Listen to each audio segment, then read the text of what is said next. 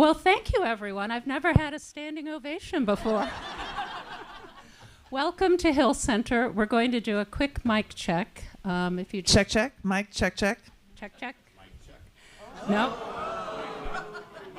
Not on. Okay. Does this work? It does. That's Ooh, really and that's great. what your voice sounds like. Okay. Good evening, everyone. My name is Diana Ingram, and I'm the executive director here at Hill Center. And I'm always really curious, is there anyone who has never been in the building before? Welcome. Come back. Please check out all the fabulous things that are happening in this building, particularly in our demonstration kitchen. We have 2 Master Chef classes that are noted on your programs, and definitely go to our website. This evening, please take a moment to turn off your mobile devices. Unfortunately, one of the instrumental folks who created this evening, Bonnie Benwick, I don't believe she's here, but we want to give a big thanks to Bonnie and to Marianne Brownlow, our producer. But Bonnie has been teaching here at Hill Center since we opened, and sadly, her holiday baking cookie class is sold out. But if you look at this handout, there are all kinds of fabulous things coming down the pike, so please take a moment to look at them. Did I ask you to turn off your mobile devices? Great. I'm sure it could be asked again because invariably somebody always forgets.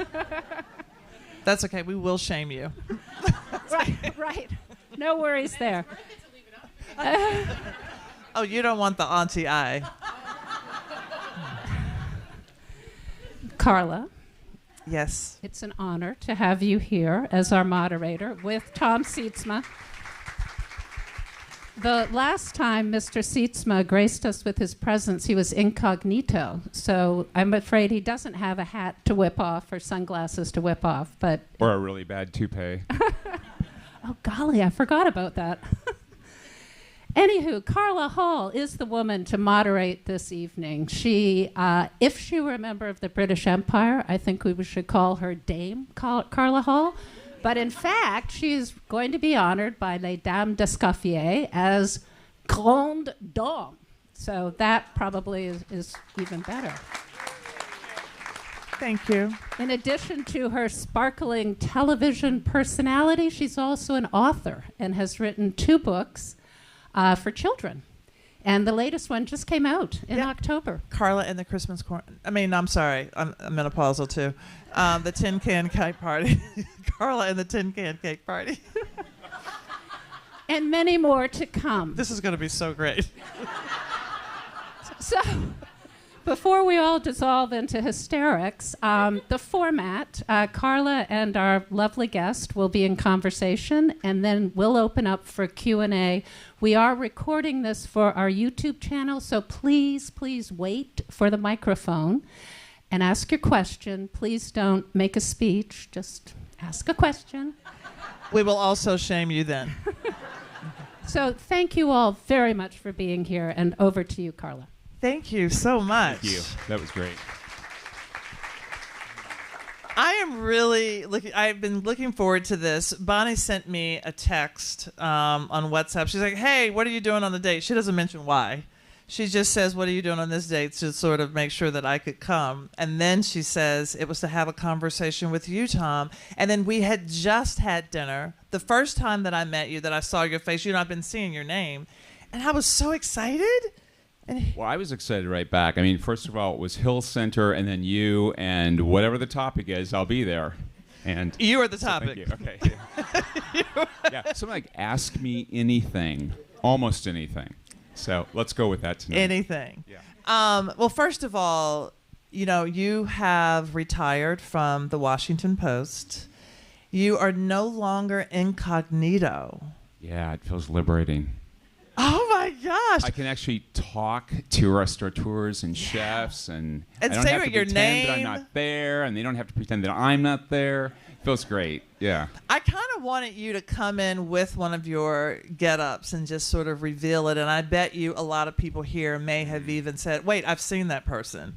not knowing it was you. Tell me what some of the get-ups that you would wear.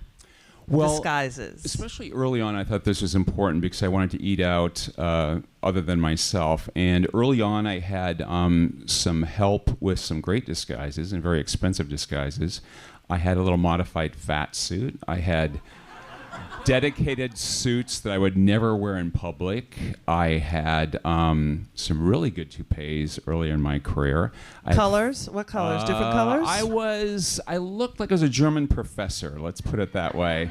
There was like brunette with little streaks of gray in it. And I've worn different hats. One that I wore just once, I got a set of fake teeth, and I thought, oh, aren't I being clever here? But what happened was that I realized as soon as we sat down and started eating that I couldn't actually eat. Oh. And Halloween Baking Championship, that happens to me too. Right. So what I had to do was every time I wanted to eat, I had to discreetly take my napkin and put it over my mouth, take the teeth out, chew a little bit, come back. But I would make a point to talk to the wine captain and the servers and look at them right in the teeth. And all they could see was my teeth, right? Another very convenient disguise was just simply wearing a convention badge, because no one in Washington is going to be caught dead with a convention badge on their chest, right? And so instead of looking at my face, they just look at my chest. Yes, like, yes. Who is he with? Right. Who is that person with? And so talk about this liberation that you feel now. I mean, you can actually go out to a restaurant as Tom Sietsema. Yeah, I've done it twice, and it's a little weird. I had, at one point, I had 20 different OpenTable and Resi accounts, and credit cards in a dozen different names, and I would change those as restaurateurs. I never thought about that. Yeah, right? You have to know a good banker to get these things, and then you have to pay your bills too along the way, right? And then they don't ask any questions. As long as Lee Smith and Mike Tyler are paying the bills, no one asks any questions. But yeah, so it was this sort of, I once had dinner with somebody who worked at the CIA. She had just retired, and she was in charge of pseudonyms and disguises and things like that. And we were talking about our jobs, and she goes, "It sounds like we work for the same place." I said, yeah. There was a lot of that involved, and occasionally I would take someone, usually someone important from the office or some visitor, and I would go to a place and I would forget who I was. I had all this stuff written down, but I'd go, oh, could it be Mike Tyler? Could it be Lee Smith? At one point, I had A. Don Cook, and if you say it really fast, it says I don't cook, right? And I thought that was so funny, and then I realized that's really stupid. So sort of killed him off, fairly soon in the game. But I've had all sorts of names. I also would go out with women, obviously, too, and if I thought that a restaurateur might recognize me, I would use one of my neutral names, like Lee or Kim or Tony, with a Y or an I. I had both. And so it was a lot of planning just to go out to eat. A lot of times, and sort of keep track of that. And initially I had a posse of, or over the years rather, I had a posse of maybe 70 people that I would go out to eat with. And that sounds like a lot, but when you're eating out 8 or 10 meals a week, you need that many people. And you have friends who are vegetarians and lactose intolerant, people who live in Reston, and people who live in Baltimore, and people, and my partner, Ed Lickert, was great because he would go anywhere and everywhere with me, and every restaurant critic needs an Ed to sort of. Does Ed have a disguise? Hey, Bonnie. Ed did not have a disguise. No. But that was a lifesaver too, to have a partner with you who would put up with all this. I know, but I feel like he doesn't even know who he's with. You go out, and I mean, this is a young person's game, because I'm telling you, because I have to pause for the minute. I'm like, my name is. Yeah. Right. And I'm just Carla. Hardly just Carla, but yeah.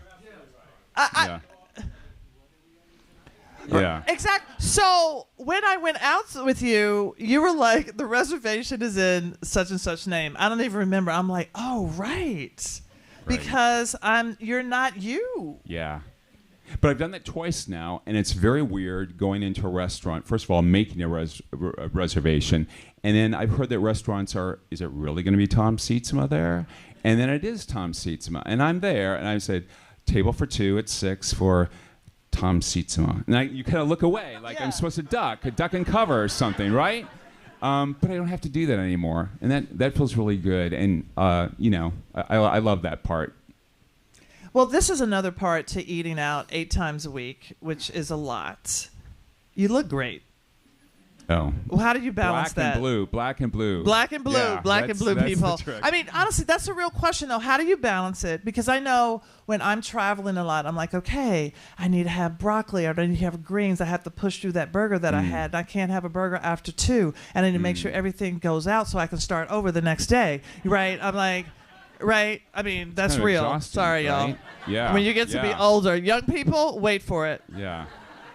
Everybody here sounds like you're in the same boat. You know what I'm talking about. Okay. All right. So... Well, the day I got this job is the day that I signed up at a gym, and after COVID, I had a personal trainer who would come every morning at 3, at 8 in the morning, and it was like 3 days a week. And it sounds like kind of an affectation, but for me it was health insurance. I loved doing this job, and you can't do this job and not eat. And you can't take all the chicken, all the skin off the fried chicken. Right. You have to eat a lot of different foods. The one meal that I could control during the day, usually, unless I was doing a breakfast roundup, was breakfast. So I was Mr. like oatmeal or fresh fruit or unbuttered toast or something like that to make it really clean, because the rest of the day just got away from you, right? Grains to push it through. It's actually a really good diet, because what I would do very often, I would eat out with, like, say, 2 or 3 other people, so that I eventually, after 3 visits, I could, eat the entirety of the menu or the range of the menu.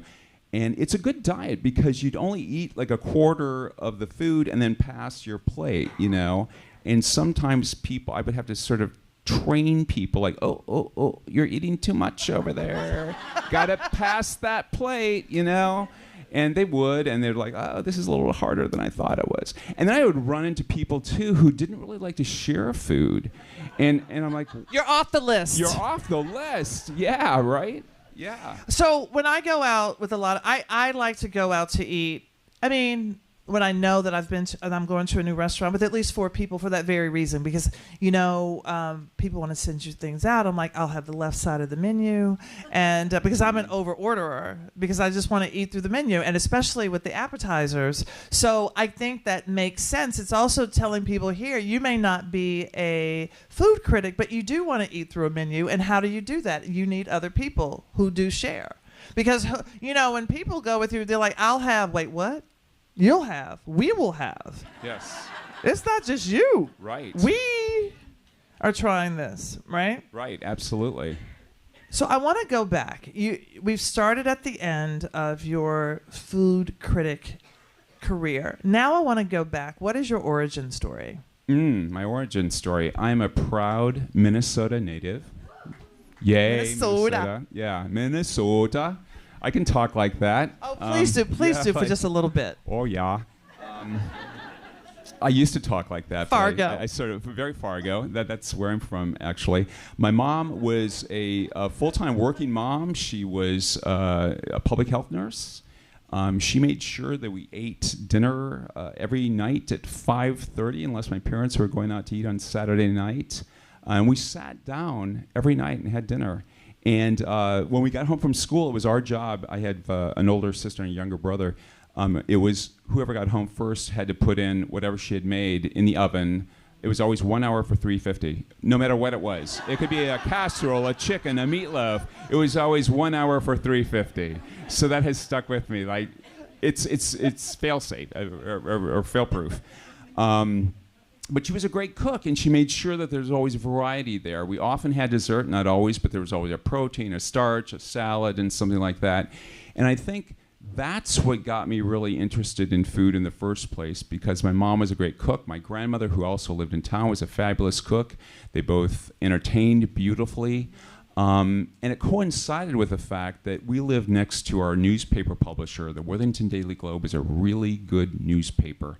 Its circulation was small, but its writers and editors went on to work at the Times and the Minneapolis Star-Tribune and National Geographic. So we had all these newsmakers coming into town, right? We had, and I'm of the vintage where like Hubert Humphrey came to town, Walter Mondale, the Kennedys. And my mom said she never knew how many girlfriends she had than when Bobby Kennedy came over, right? Wait, to your house? To our house, yeah. They would speak at Turkey Day.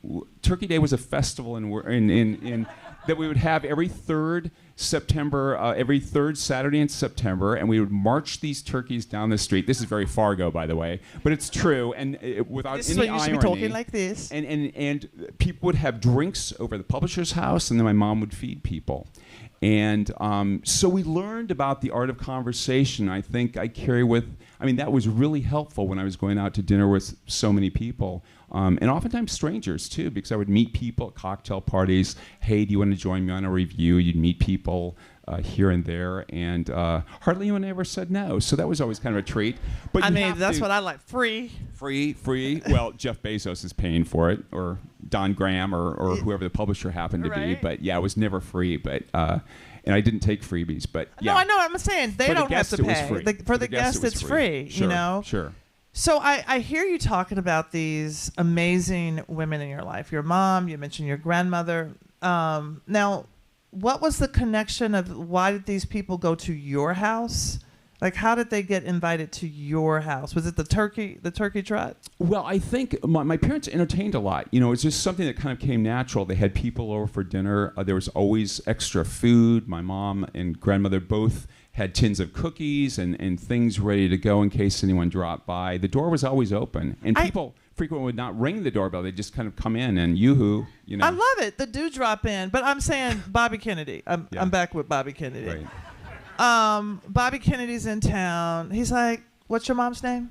Dorothy. Dorothy. Yeah, go figure. Bobby Kennedy's in... yeah. Dorothy. Click your heels. Yeah. Bobby Kennedy's in town. He's like, I think I want to go to Dorothy's house. Well, our neighbors would have cocktails over at their house, and then they would just kind of gravitate over to my mom's house because she was the better cook, frankly, than the publisher's wife. Yeah, and women were in charge of the cooking. Publishing, right. Yeah. Okay. So he would come over. I don't remember this. What I do remember, though, is TASS, the former Soviet news agency, came to town. And we had color at our newspaper in 1969. It was a big deal. And this whole group came over. My mom broke out her Lenox china, and she thought it would be fun to make chicken Kiev. And I'm like... And at the time, it made sense, but I'm thinking, Mom, these are Russian. Like, later I thought, like, Mom, they're Russian. Why would they want to eat their own food, which would probably be better than what they could get in the Soviet Union. But they came over, and every other guy looked like he was Brezhnev. And I just remember a lot of people smoking, and my mom set out her best, and they drank lots of vodka. The kids had to stay up and pass hors d'oeuvres in our bathrobes, and then we could go, watch Gilligan's Island or whatever it was. But after everyone seemed to have a good time, but what we heard later was that they thought it was a whole facade, that no middle-class American family could live in the house that we could have, overlooking one of those 10,000 lakes in Minnesota, and eat that kind of food. And we were very middle-class growing up. My father was a photographer. We had some farms, but we were middle-class. And they thought it was basically this government set up Potemkin Village kind of thing. The children were actors. The food was projection. That's all I got to say. Okay. Projection. I mean, what you're describing feels like the Wonder Years and Leave It to Beaver a little bit. Pleasantville. Yeah, my partner often says, you grew up in Beaver Cleaverland. Look, we argued and milk spilled at the table and everything, but it was pretty idyllic. I mean, we had to work. Our parents didn't spoil us or anything, but it was a really idyllic childhood when I look back now. So what took you to journalism or being a food critic? What fill that gap in for us? Yeah. I went to School of Foreign Service at Georgetown and thought I was going to go into government service or something like that. And while I was there, I had a couple of internships. I worked for ABC News for Good Morning America. And this would was back in the 80s, and one of my jobs was to offer food and everything to all the talking heads and visitors coming to the show, right? And it was everyone you can imagine from the Reagan-era administration coming in to talk. And another interview I had was internships, rather, that I had was with Chicago Sun-Times, and I worked for the White House bureau chief. And I'll never forget. I wanted to skip one day. It was in March, as I believe, and something just compelled me to go to work. Go to work. It was a beautiful spring day, and I wanted to play hooky, and I didn't. And I got in to work, and about 1 o'clock, the bells started ringing in the press office, right? And that meant like something important happened, an earthquake or something major happened. And it turned out Reagan had been shot, and our White House reporter was at GW Hospital. And his tape recorder needed batteries. He was running low on batteries. And so they sent me over to do this. And you can imagine what security was like, right? And so there's big security perimeter. No one was getting in. This cop stopped me, and I had my little badge on, Chicago Sun-Times. And I said, all I have to do is deliver these batteries, and I'll be in and out. And he goes, there's no one getting in. I said, can I talk to somebody? He goes, you're going to have to talk to my boss. And he pointed in towards the hospital. And it was one of those little reporter tricks, like you learn, just don't look at anyone. Just march ahead. Don't look at anyone. And I did. And I had this little blue blazer on, and I walked in, and there was this very small auditorium, and they were being, the doctors were briefing the press on Reagan's condition. And I also had a pocket full of quarters because no one had payphones back then. So I brought these quarters and the batteries to the White House correspondent. They told me to stay there and get some comment from the First Lady's press secretary. And I just remember walking up, and all these women were covering Nancy Reagan, right? I had the dumbest question ever: was Mrs. Reagan crying? Well, I didn't know what to do. It was my first time in this jam, right? And I learned, long story short, people got paid to ask people questions, and I thought, how cool is that? And I had a journalism class at Georgetown. It was an English requirement, and in that class was Kara Swisher, who went on to become Kara Swisher, and she is her own brand, and Mary Jordan, who Pulitzer Prize winner from the Washington Post. So I was very lucky. But after that class, Ted Gupp, an investigative reporter, said, I like you. If I can ever help you out, let me know. I got a job at the Washington Post as a copy aide, and you will do anything to get out of these jobs. They're sort of grunt jobs, right? So whatever goes up on the bulletin board, you'll apply for it, whether or not you're qualified. So one week, the legendary Phyllis Richmond was looking for an assistant. Speaking of important women in my life. And so was Bob Woodward. And I interviewed with both of them. And I got a very nice thanks but no thanks from Bob Woodward. And I got a lovely note from Phyllis. She goes, I like you. Let's see if this works out. And so began a 4-year relationship with Phyllis Richmond as my boss. I was so afraid of her that for the first 2 months I called her Mrs. Richmond. And finally she said, you got to do me a favor. I'm Phyllis, not Mrs. Richmond. You age me. And I said, okay, Mrs. Richmond, Phyllis. But whenever I see Bob Woodward at a post-party or something right now, I remind him and I thank him for not hiring me back in the day. Because what I very quickly realized that with food, there's a food story in everything, right? Whether it's political or fantasy, yes, or fuel or home cooking or restaurants. And it's just endlessly fascinating. And it's something that a lot of us do 3 times a day, so there's a big audience for that too, right? It's a huge audience. I think food touches everything. I feel like one of the most interesting things is when you hear somebody talk about their lives and you see those little moments of like the butterfly effect. Like you go left or right and you go right, and then you go left or right again, and you see that direction that they took, and then all of a sudden you see how their lives were shaped and formed. What, other than once you got over the fear of working with Phyllis Richmond, what were some of the things that she taught you? Because, I mean, she had to have been a huge influence over you and your job. Well, she was fearless. she taught me to be fearless. And if someone says, no, I don't want to be interviewed, or no, that's not a story, she would call, she would show up, you know. And if someone didn't give her the recipe, she had no druthers about going to the health inspector to get that information. I'll never forget that, right? And Wait, what? Yeah, well, I'll never forget at a Folklife festival, there was an old woman who was making pralines, and she would not give the recipe. And Phyllis said, you know, begged and begged and begged, and that didn't work. And, you know, when you turn in recipes for public consumption, they have to know what is going into everything. And she got the recipe, you know, basically. And I thought, that's very clever. I'll remember that, right? I felt a little sorry for this old lady who had this praline recipe, but, you know, she got what she needed to get. And she was also the internet before the internet. Now everyone's an influencer or wants to be famous or whatever.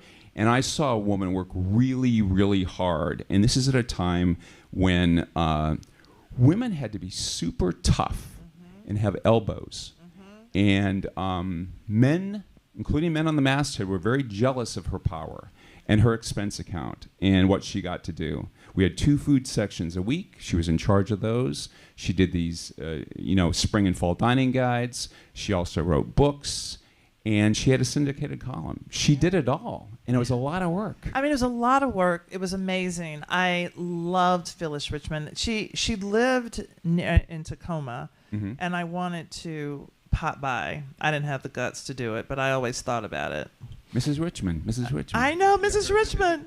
Mrs. Richmond. Well, you mentioned the pralines lady. Have you done anything, this is what I kind of want to ask, anything shady like that? Oh. This is going on YouTube, right? Asking for a friend. Asking for a friend. Wow. I've lied a lot about...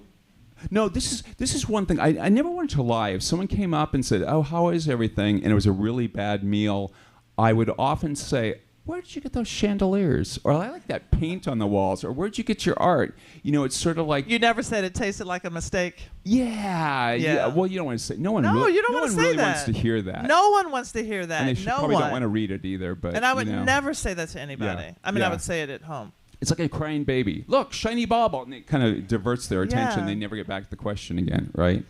I don't think I've ever done... I mean, I've used other people's names all the time, and I've not used my real name, so I guess that's a lot of lying over the years, right? But not... But for your job. For my job. Yeah, people do that all the time, right? We're in Washington. I know. Yeah. Do you have favorites? I mean, when you go to a restaurant, it is your job. It was your job to be agnostic, I think, when it comes to food. Do you have favorites? Are there ways that you sort of lean to one dish or another because the person, Tom Sietsema, really likes this? And I know you can write about something even if you don't like it. I can judge something even if I don't like it. I just want it to be cooked well. I hate liver, but I can judge if it's cooked well. Sure. Yeah, there is that. I love anything with almonds, goat cheese. Note. Pomegranate. I'm thinking about... I like textures a lot. So I'll gravitate towards things that I love meringue. I love... I'm much more of a vanilla, custard, or butterscotch guy over chocolate. But I know that half the world loves chocolate, so I get something chocolate too. I tend to personally go for grilled items over fried. I think good tests of restaurants would be things like a roast chicken or steak free. The simple things. The simple things. And people think they're simple, but there's so much thought Technique. that goes into what's simple, right? Like the little black dress. 100%. I wanted to share something. I wasn't going to share it. Now I'm back to wanting to share it. So I was talking about the simple things. I was in a restaurant upstate New York, and they had, maple syrups up there. They had all these blueberries. So I'm like, I'm here where the maple trees are. I am here with the blueberries. I'm like, okay, I'm going to get that dessert. And it has a simple whipped cream on it. 3 things. The whipped cream was over whipped. Oh, what? I'm still talking about child was at least 10 years ago. But my thing is, it was so simple. And I sent it back because I was just incredulous. I'm like, oh, you probably missed this. They tried to re-whip that cream. It came back looking like almost like maple butter with these beautiful blueberries. I was like, what? What would Tom say, y'all? What would Tom say? But I think you're right. It's the simple things. Can you do a French omelet? Can you do something that's super simple and make it sing? Right. Right. And not all the jazz and pizzazz. I think it's really important to edit your food, too. And I think people have often asked me, can you tell the difference between a man or a woman cooking for you? And I think that's a really good I love this. question, Go on. Right? And I think, yes, a young man or a young woman, I think women tend to be better editors of their cooking than men do, in most cases, right? I've seen this over and over again. They leave out something to make it better. And guys, young guys in particular, want to put a rosemary frond in a mountain of mashed potatoes and do a lake of gravy around it. And women are just better editors, curators of their food. I wonder if it started, especially women from the South, they would look in the mirror and their moms would say, take one set of pearls off. For instance. Right? Yeah. I also think, I would say it's male energy versus female energy. And I think male energy is egoic. And I think it's about how does something look. And female energy is caring for that person, wanting to give them a hug through the food. And I have met both. I've met women with male energy and men with female energy. And I always talk about Michael Simon, who has female energy because his food tastes like he loves his mother. You know, I mean, it just tastes so good. And I'm like, this man loves his mama.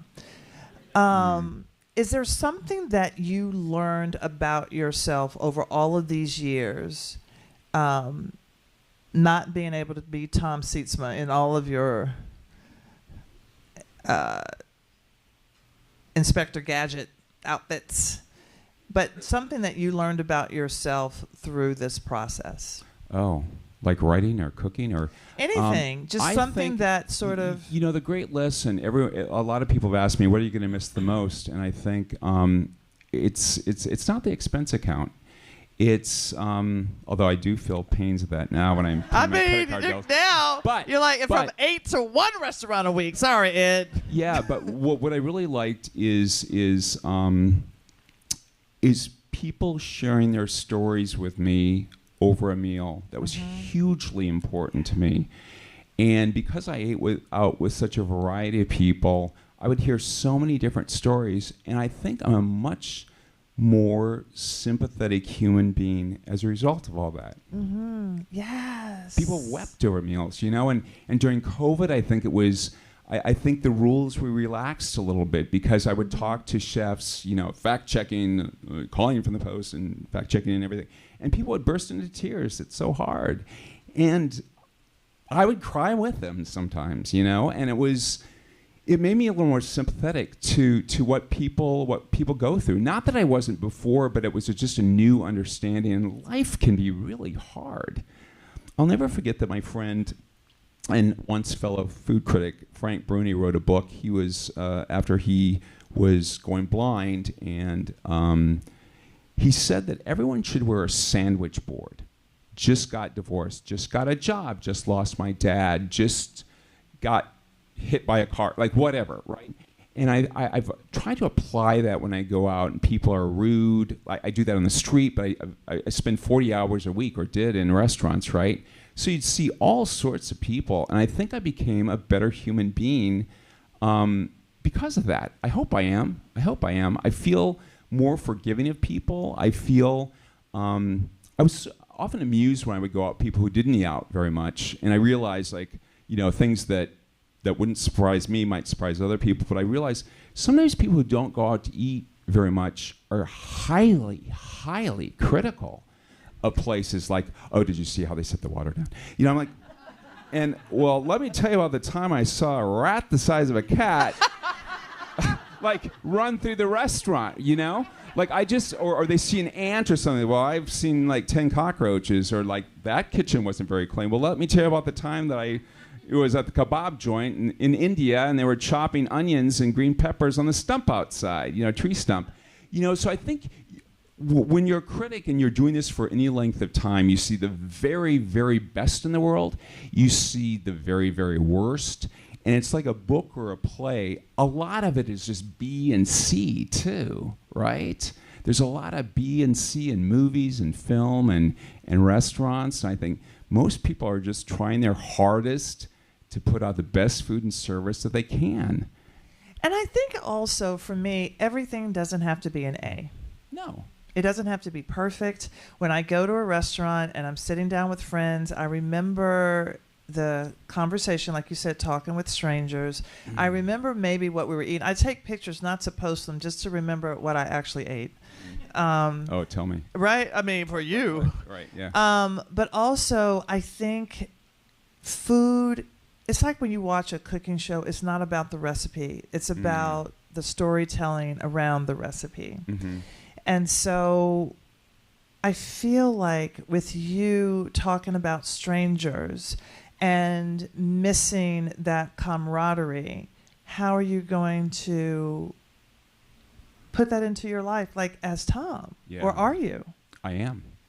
Go on. I wanted to replicate sort of a restaurant experience at home. And while I'm considering my next steps, one thing that I think is hugely important is to have people in my home for dinner. So this is something I did on sort of an informal basis when I was still the critic at the Post.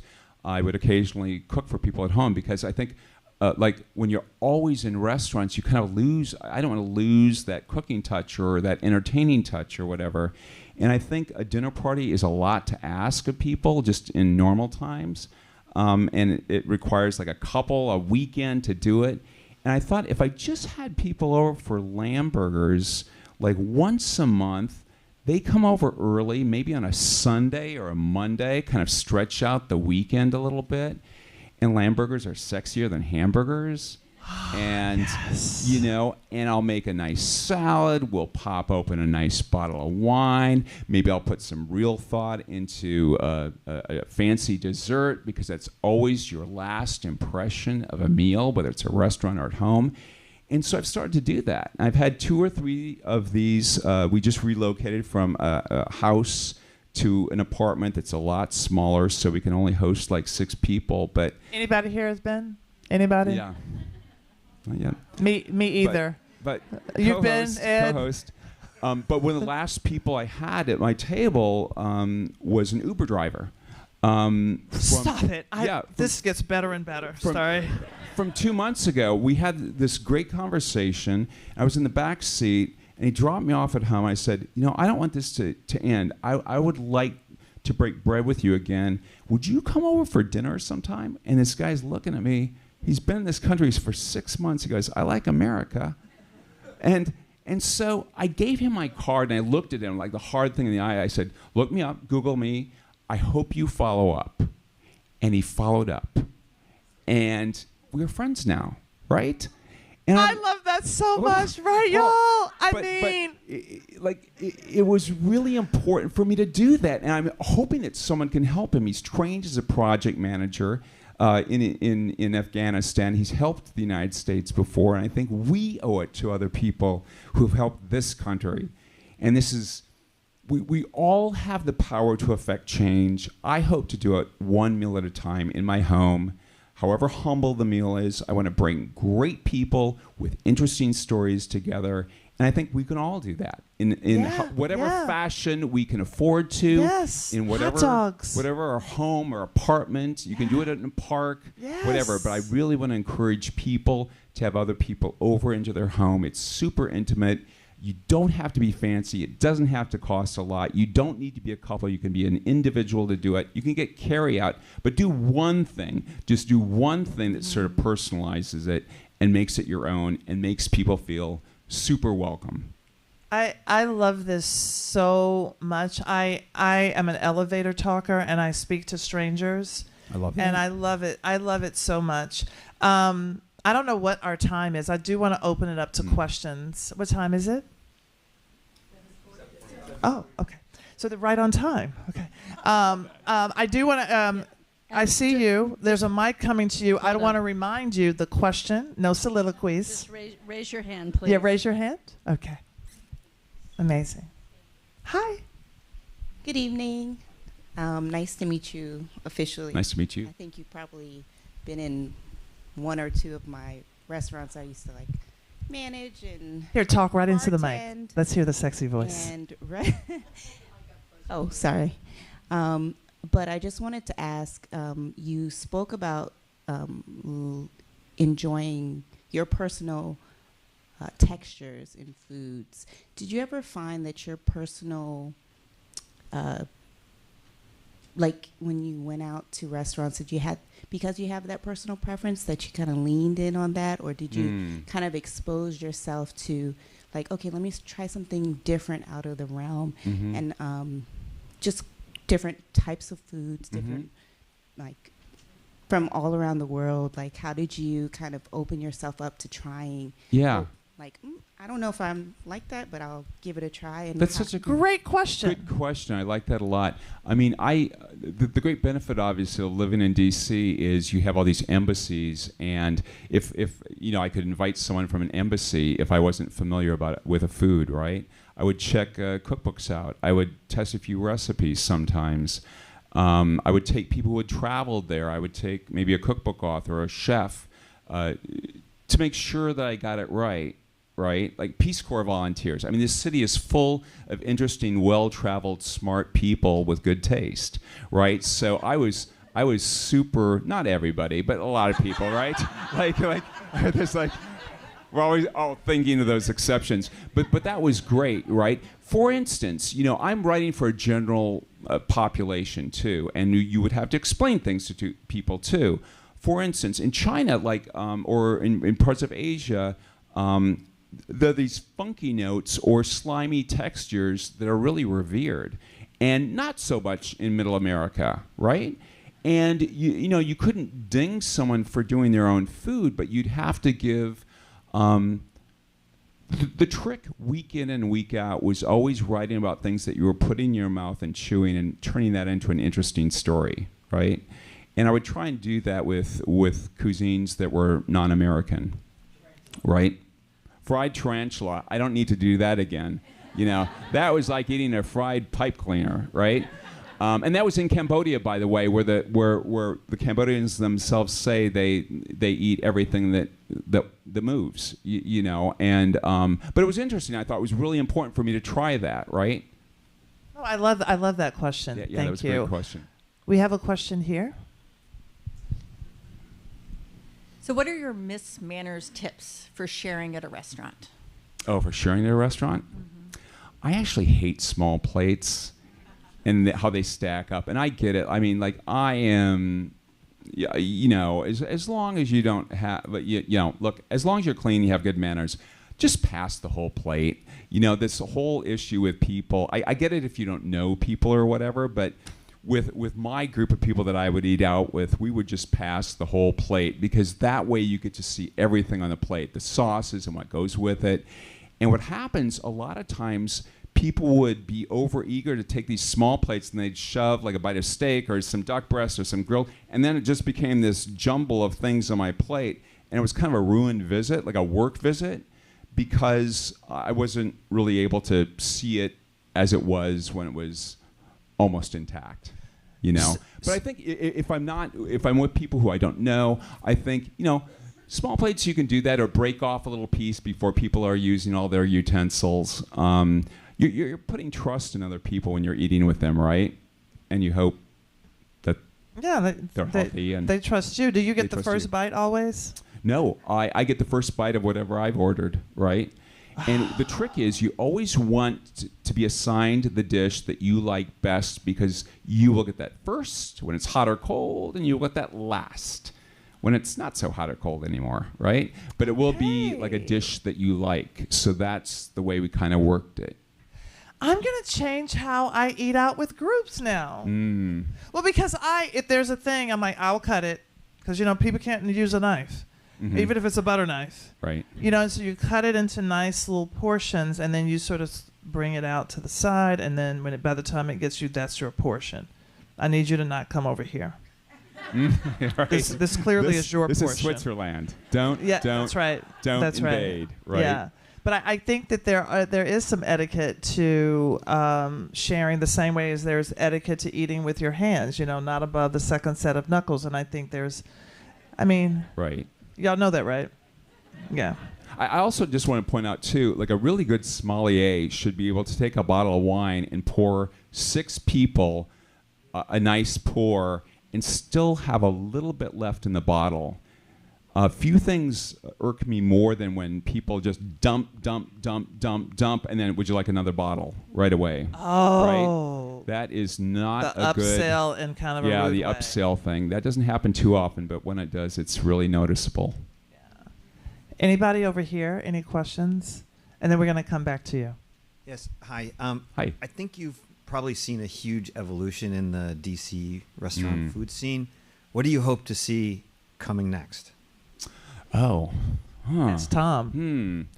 What I've really enjoyed in my journey here, when I started in 2000, we've always had really good inexpensive food in this city, and we've always had good expense account places in this city. But one thing that's really tickled me is this rise in places that you would go on a random Tuesday or Wednesday evening, right? So the so-called neighborhood restaurants, right?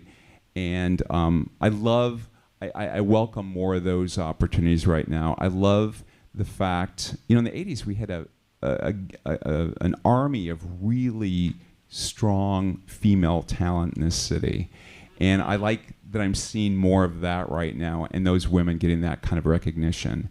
Another thing, very often white writers in particular are taken to task because they've missed whole cuisines. And I have to say, I'm really pleased to see more and different and varied African restaurants opening up. Here. And also at different price points too. It doesn't just have to be Ethiopian, but we have celebrity chefs who are doing really good things and moving the needle in that direction. And I see a great audience for that too, which tickles me. I like to see a lot of people, a lot of variety, a lot of color in restaurants, because that's what Washington, D.C. is. And speaking of African food, I've been saying African as the continent. And I think the more that we see Senegalese, you see Ghanaian, you see, of course, Ethiopian, you see all of these different foods from these different countries, we will stop saying Africa. We will actually name Asia, the country. Africa. Yeah, exactly. I should have been more specific. Thank you. No, but I'm just saying, yes, I'm from North America. Right. That's a lot of flavors. Right, Yeah, you know what I mean? But I've been saying it's really exciting to me to see these different chefs sort of show us the different colors and textures and taste of these different countries. Sure. Yeah. Certainly we do that now with Asian, Laotian, and Thai and Cambodian and on, right? Yeah. We see more representation from, regions from China and elsewhere. Yes. And India, too. Yes. Yeah, my favorite cuisine. It's going to be right here in the front row with the Argyle sweater on, brown, gray, and tan. Thank you. I was waiting for the mic to come. Yes. So I have two quick ones. One is, were you Tom at the gym, or did you always work out at home? Did your trainer know exactly who you were? Oh, I was. My trainer knew who I was. Yeah, that would be a little awkward. 26 years later. No. Oh my Lord. Sam. Who are you? Yeah. But did you work out at the gym, or did you? I did. Okay, I did. okay. Yeah. And then I'm curious if Kara Swisher was part of your 70, at least initially, before she got super famous. Was she part of my posse? Yeah. She went on. She moved around. So she wasn't in Washington always the same time I was. But we just had dinner maybe 3 months ago or so. Yeah, which is really a treat to eat with her. She's hasn't changed a I bit. love that name drop. It's like, I knew you when, and you're still the same, Kara. But she's coming over for dinner next month. Oh, nice. Yeah. For lamb burgers. Yeah, but she told me that her wife doesn't eat lamb, so like. So now the Uber driver has to come back. Yeah, like, who's gonna do? Like, I'll do something different. I don't care. Yeah. Anybody else? Oh, yes. Oh, it's you with the beautiful hair. Yeah. Oh, the mic is coming.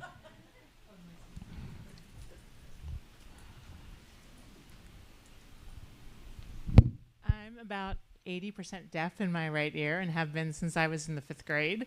And I ask every single restaurant I go in if they would please turn down the volume. Most do, some don't. Yeah. Always appreciate people that do decibels. Curious about your thoughts on loud places to eat and why is that, and anything you have thoughts about loud restaurants. Boy, I have a lot of thoughts about that. When I first started this job, or early on, I instituted sound checks, like maybe 5 or 6 years into the job.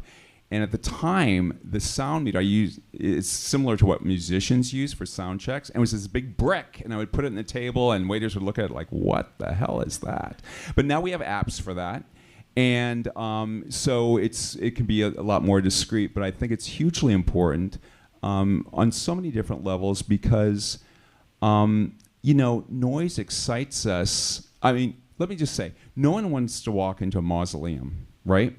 I mean, that's no fun. You want a sense of conviviality or something, but there's, noise is noise, and I think anything over 70 decibels is really intrusive, and 60 decibels is like normal conversation like we're having here. 70 gets into like blenders and garbage disposals and things like that. The loudest restaurant I sat in was 102. And I didn't stay there long. And what happens, fast food places do this a lot. They up the volume so that people eat faster. You don't make money unless you're turning tables, right? So there's that. But I think a lot of people assume, oftentimes falsely, that people like this high energy thing. And, the fact that I hear from 20 and 30-somethings or did about the noise issue tells me that no, it's not just a youth thing. It's a comfort factor, right? And you can't hear each other talk, and no one wants to have to read lips or repeat the punchline to their joke or whatever, right? Or listen to the waiter deliver his spiel for the 15th time, right? Well, speaking of that, I think that was a really good question. What are some other things, I think, in going out to eat that you consider a really great experience? I mean, you mentioned the wine, 6 people, a little bit left. What are some of those things that I think we can leave and we can be good guests at a restaurant?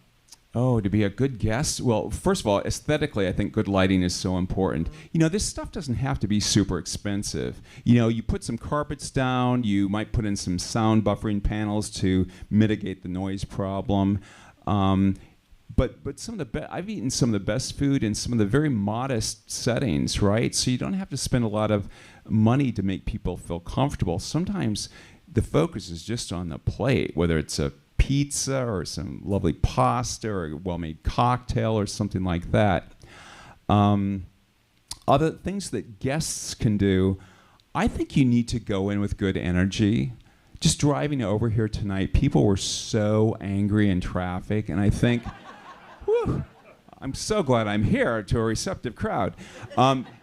Because I think a lot of people bring their stuff to restaurants, stuff that they would never bring to their lawyer, their dentist, their doctor, or anyone else. Because why? Well, restaurants are part of the hospitality business, right? And people just feel like they can walk in and, where's my table? And why do I have to wait? Not knowing what someone else is going through, right? And that hostess who might be making minimum wage, has had to deal with angry people or whatever. I mean, restaurants have to be run well and get themselves organized too, but I think offering up a little grace is hugely important, and looking forward to that meal and announcing that when you walk in, like, I'm so happy to be here tonight. I couldn't wait to eat your whatever, fill in the blank, and I'm really happy to be here, and can we get a table by the window, please.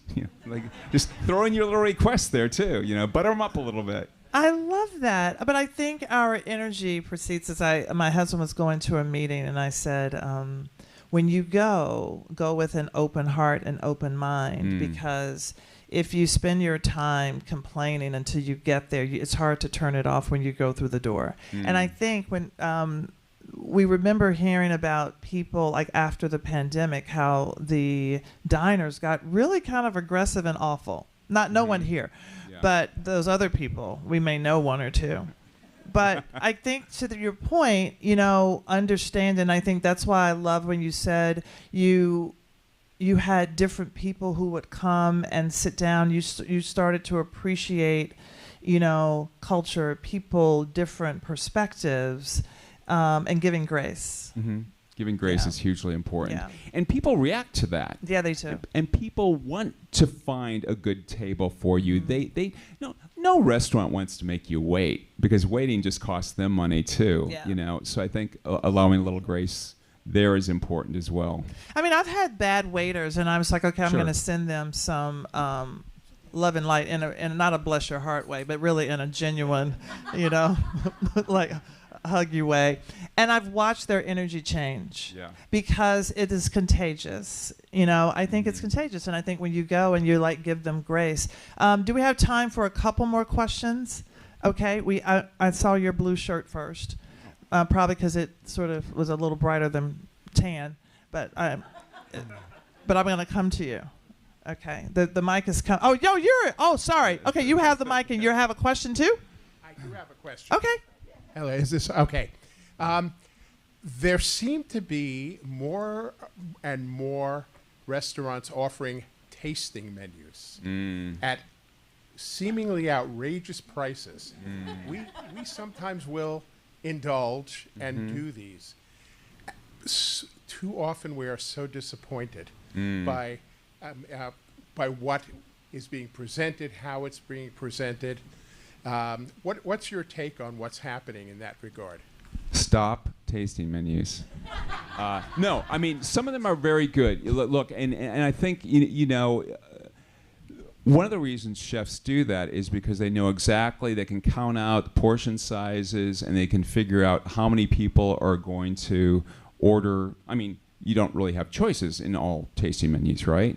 So it's helpful to the chef. But some people just don't want to eat that much food. I know I don't. The time. The time it takes. I don't want to sit at a table for 2.5 and 3 hours, no matter how much I love people that I'm eating with, right? And I think otherwise you need to walk around or something. And I think sometimes the chef's ego gets in the way of diners having a good time, actually, I'd much rather make a meal of appetizers. I've written about this. Give me 3 really good appetizers. They're a little bit smaller. Same. There's more imagination and creativity put into those dishes. And it's more fun to eat 3 things than 2 things. Right? Oh, 100%. I mean, I'm not a fan of tasting menus, although I went to Elmina, Eric Anjapong's restaurant, that he had done a dinner with Alex Guanacelli, and it was 4 courses. It was 4? I think 4, maybe 5. It ran so smoothly, so quickly, and it was the perfect amount of time. We were in and out in an hour and a half. Love it. Appreciate it, because I'm already going to be there. Blue shirt, please, sir. Yeah. I'm already going to be there, at 5:30, and I want to be at home by 8 in my pajamas. So, I mean, right? With the fan on. With the fan on. Yeah. Hello, sir. Hello. Oh, there we go. Sounds so you were talking about grace a little bit earlier, and one of the things that you did, Tom, during the pandemic as grace was you stopped giving out stars. And then I, as an avid reader of your chats, there were people who were advocating for them to come back afterwards. 5 people total. Oh, all right. Well, no, I don't mean to cut you off. No. That's fine. That's good to hear, because some of them were saying because they didn't want to read what you wrote, they just wanted to see what the stars were. So explain a little bit about your thoughts behind that. And then as I thought about it, most book reviews don't have stars. So should movie critics get rid of stars? And what are your thoughts about critics and stars, and if it's too simplified and rather than not reading what you're actually writing? Sure. Thank you. That's a good question. I can argue both points because I started without stars, then I added stars, and then a few years later I added points onto those stars. And it can just be a little maddening after a while, right? One of the reasons I stopped offering stars is because so many people told me that they didn't read anything that was just 2 stars. I'm like, but wait, 2 stars is good. So people would only read things that were 3 or 4 stars. It's like 3 and 4 stars is like, that's, Pulitzer Prize, Academy Award, Oscar, Tony, kind of dining, right? And that doesn't exist very often or every day. Certainly not in most markets, I guess. I think stars can be helpful. They force a critic to be more honest. There's not a lot of wiggle room there. When I was reviewing places, I was trying to review apples with apples. So all French bistros against this French bistro, all dim sum parlors against this place, or all steak places against each other and what they brought. I can oftentimes still walk into a restaurant and kind of know early on, this is a 2-star restaurant or 2.5-star restaurant. I still have that little thing in my head that doesn't turn off, right? But I think that's not a bad thing. And again, I can argue both points. I like doing stars for a while. It was liberating not to have to do them after a while.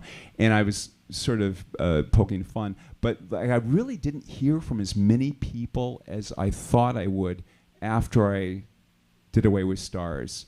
I really heard from maybe 10 people over the years. And maybe people weren't vocal about it or something, but I remember not hearing from as many people disagreeing with that move than I would have thought.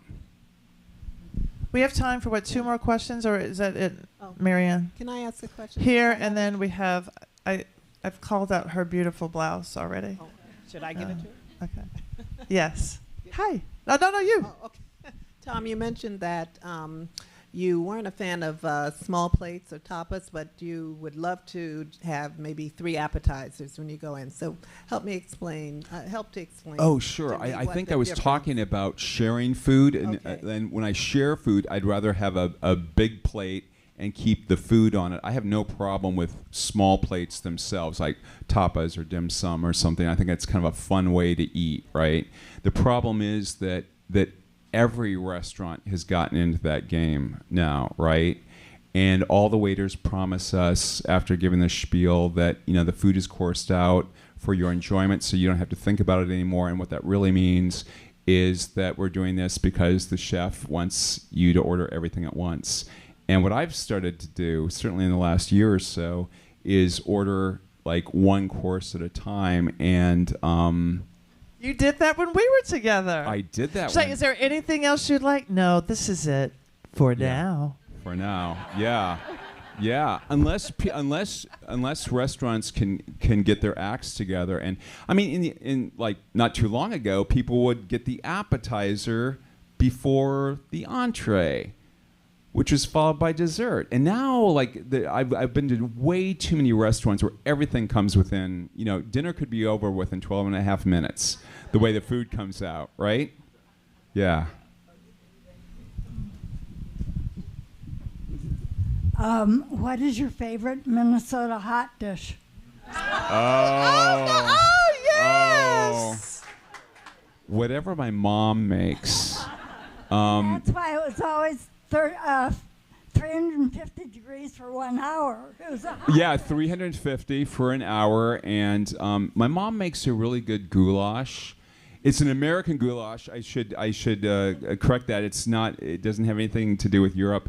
But when she was a little kid, she grew up very poor, and she would have this on her birthday. And it's basically like elbow macaroni with some ground meat and onions, and not too spicy. I've sort of modernized it a little bit with sriracha or hot pepper sauce or something over the years. But it's real comfort food to me. And of course, tater tot hot dish, always have room. It's tater tots and ground beef and cream of mushroom soup. There's something. Of course. It's very beige and very Fargo.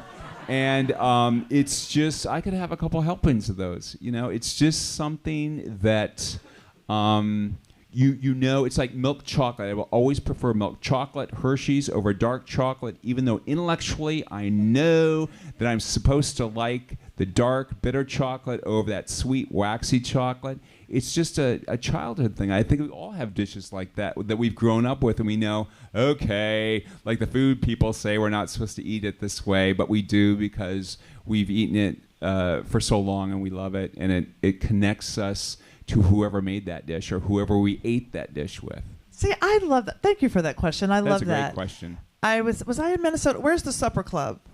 Oh, the supper clubs. St. Paul? Minneapolis, Minneapolis, St. Paul, the Twin Cities. The Twin Cities. Yeah. So I was did the supper clubs, and I didn't know what to expect, and it was so great because there were those leaf plates. And then there were those crocks with all the salad bits in it. Relish plates. Yeah, the relish plates. Everyone does a relish plates with the canned olives. Oh, yes! I'm on it. Oh, I'm my on gosh! It. Yeah. Okay, so here I am having this, maybe not highbrow food and enjoying every minute of it. And then you order whatever your center of the plate item is in this big plate with this little thing in the center. And then, you have the sides. But it brought back so many memories when I was a kid. And they were like, and people were apologizing and saying, Carla, I'm sorry we came. I'm like, what? I'm loving this. I am not so highbrow that I can't. Pass the Jell-O. Yes, exactly.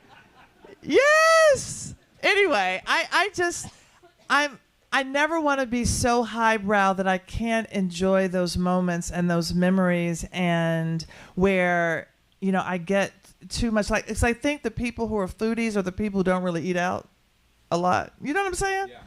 Yeah. Anyway. And is that it? Is that it?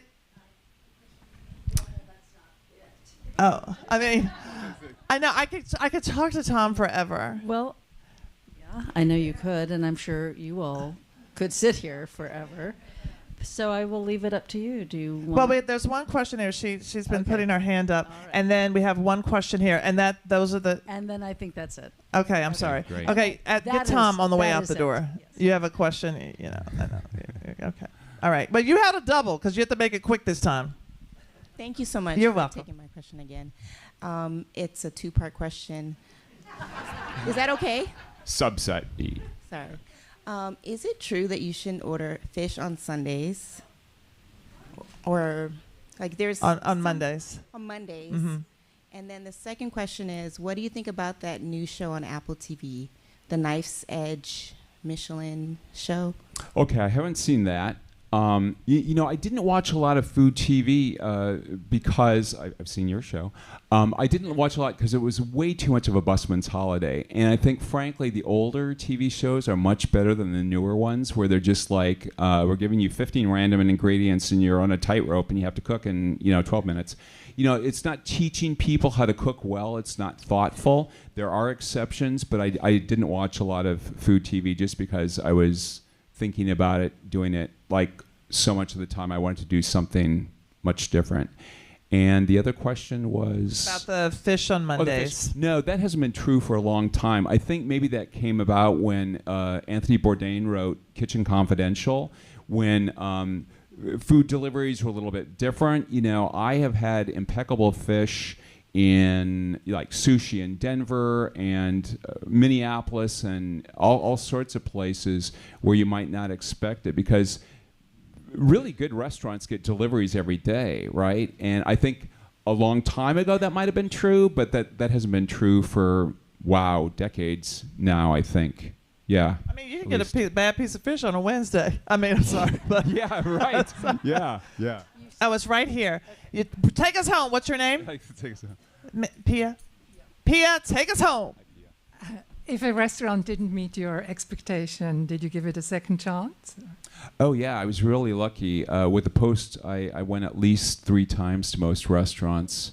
And I would go on a Monday when it was slow, and I'd go on a Saturday when I was busy, and I'd go for lunch. And if I wasn't sure that the chicken was always that dry, I could go back a 4th or 5th time, And that allowed me to, it sounds indulgent, but what was really great about that was that I would eat out with different people who would bring different perspectives. I got different waiters and waitresses or servers. I got just sit in different parts of the dining room. Sometimes I thought it was really important to go to a restaurant alone too, and very often I'd eat at the bar of a restaurant, and I, without a reservation, just see how they treated you at the door and how the bartender treated you and everything. So by the time I sat down to write about a place, I would have eaten pretty much the entire menu, and I would have seen it in all its strengths and weaknesses. Because you know, you can imagine if I just went once and that night the chef was getting divorced, or I went and then one night the dishwasher was broken, or the water system broke or something, that wouldn't be fair to the restaurant, right? Authors cannot change the ending of the book. Movie makers can't change the ending to suit a particular critic, but a lot of things can happen to make it sweet for someone who's coming in to review a restaurant, right? And that's the reason anonymity was so important, or at least trying as hard as possible to eat under the radar. Yeah.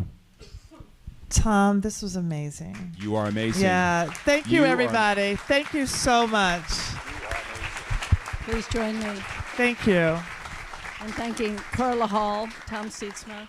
Thank you all so much for coming. Could I just say before you go, I know it was really rainy. It took me an hour to get here, and now I live in Here, town. put your mic up. Oh, So that's yeah, another I live in town. It took me an hour to get here tonight, and I really appreciate all of you coming out on a wet, dreary evening. You've buoyed my spirits. One thing that I miss a lot is I used to do these weekly chats with readers, and this feels like doing a live chat. So thank you very much for coming out tonight. I really appreciate it.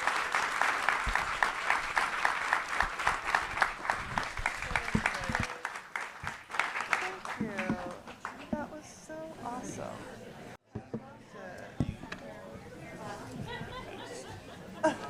So I have a picture with you in one of your talks because somebody thought we would look like sisters. But this was you years said ago. that, and I'm like, I know your face. Yeah, and I couldn't find the picture because I have like 27,000 Yeah. pictures. Somebody, well, I didn't do selfies.